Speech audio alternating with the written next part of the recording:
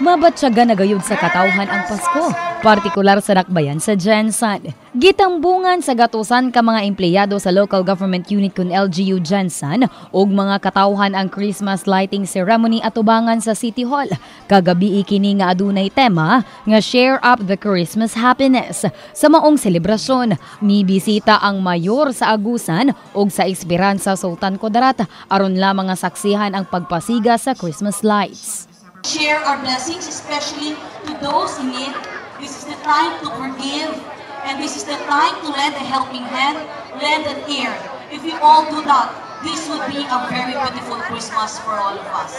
Itilang and i-share natin ang Christmas happiness sa bawat isa, and together let us fill the darkness with the light of our love, all passion, and humility. Merry Christmas, everyone. Colorful gayud nga mga Christmas lights ang gigamit og makit-an atubangan sa City Hall. Kinisubay ng usab sa buot nila nga pagselebrar sa Pasko kung diin angay kuno nga makulay kini.